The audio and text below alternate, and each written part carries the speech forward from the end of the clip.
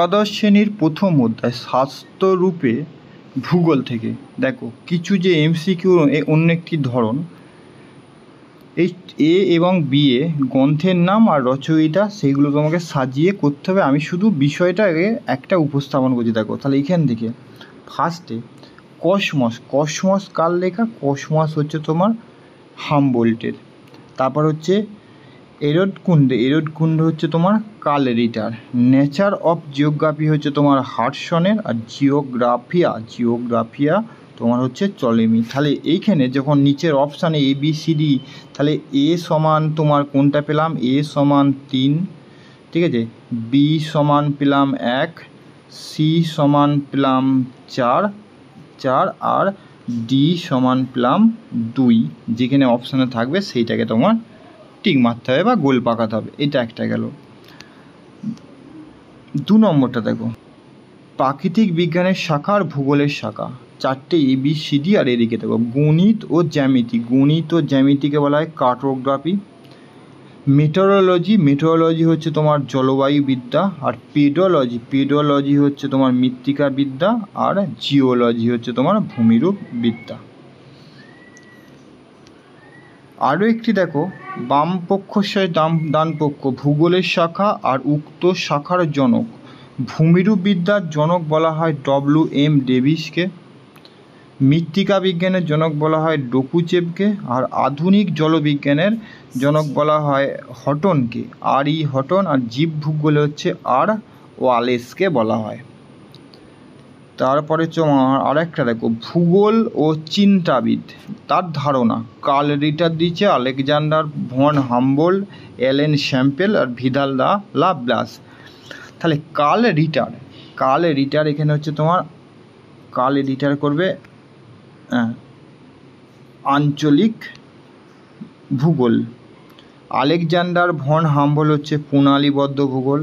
এলেন স্যাম্পেল তোমার হচ্ছে তোমার এখানে এলেন স্যাম্পেল হচ্ছে তোমার নিয়ন্ত্রণবাদ। আর ভিদাল দা লাপ্লাস হচ্ছে তোমার সম্ভাবনাবাদ। এইটা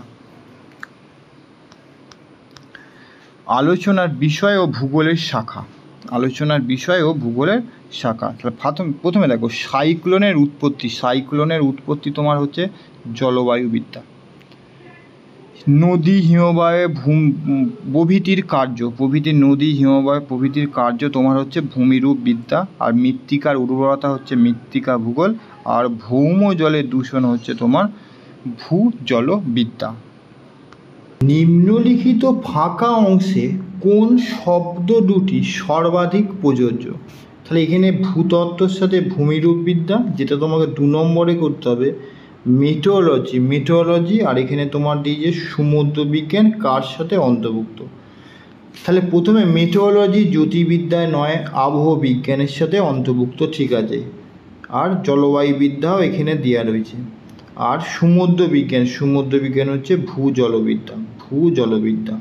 এখানে জলবায়ুবিদ্যা ঠিক আছে, কিন্তু জ্যোতির্বিদ্যাটা নয়। তাহলে এখানে বি অপশানটা বসতে হবে। তাহলে মেটোলজি মানে হচ্ছে আবহাওয়া বিজ্ঞান, এখানে হচ্ছে আবহাওয়া বিজ্ঞান। আর সমুদ্র বিজ্ঞান কার? এটা হচ্ছে ভূজলবিদ্যা। তাহলে এটা তোমাকে তাহলে করতে হবে।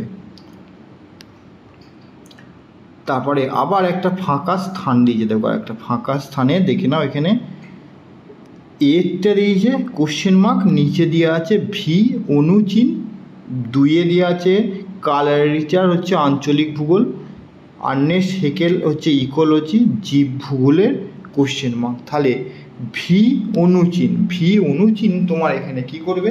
কার সাথে যুক্ত? ভি অনুচিন হচ্ছে নবনিয়ন্ত্রণবাদে যুক্ত। আর জীব ভূগোলের জনক বলা হয় ওয়ালেসকে। তাহলে এইখানটা লেখা হবে ওয়ালেস। আর এইখানে কোশ্চেন মার্কটা হচ্ছে নবনিয়ন্ত্রণবাদের জনক বা প্রবক্তা। 45 সেটা।